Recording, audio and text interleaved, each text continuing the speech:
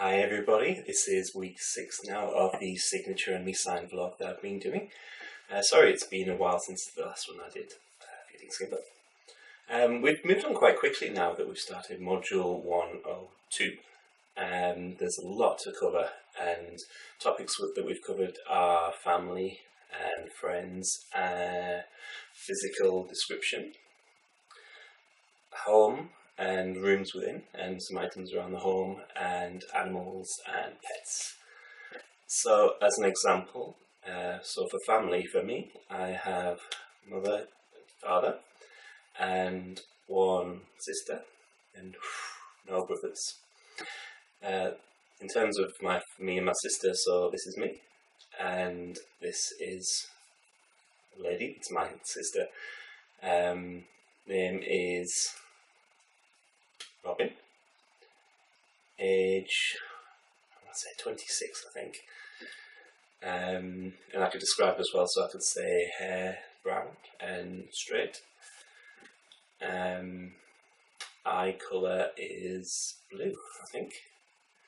I also have one son named Zach, and he's 5 years old. Yesterday actually was his birthday yesterday. I have no pets, but I like dogs, and I dislike swans, for instance. Why not? My parents live in a 4-bed house over here in Stockton, and my sister lives in Middlesbrough, and to drive from my parents' house to my sister's house is about 10 minutes roughly. So I think since we started module 102, it's been quite a shock to most of us because there's so much to cover. I think I showed you in the previous vlog that there were very few words to learn through module 101. But now there's so much to cover. There's so much physical description and house items and rooms and within and family and friends. The mock exam that we've seen online is quite daunting really, because there's a lot to cover in 5 minutes. The pace has picked up quite considerably as well. It takes a while to get through all the items in class as we work around in practice.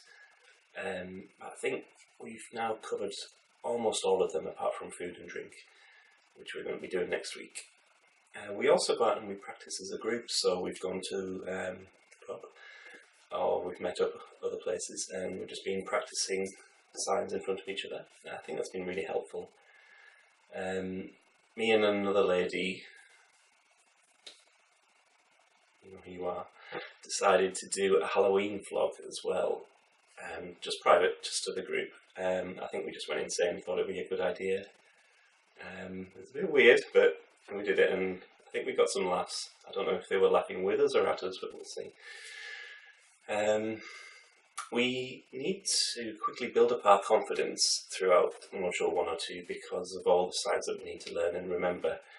And we're going to have, I think, 3 weeks off over Christmas, and then we have to go straight back and we're going to put those words into proper sentences and start talking, a bit like what I was trying to do at the start by describing my family. There's going to be a lot to cover. So when we get our confidence up, this is going to help with interacting with the deaf community. So one of the things that we are struggling with maybe at the moment is being able to quickly replicate all the signs and structures, because we have to think a lot about what we're doing and how we're signing. But when you're out there talking with the deaf community, you're going to have to be a lot quicker. And if you're not, or if you rush through your signs, it's just going to make communication a lot more difficult, and it'll be a lot harder for people to understand us.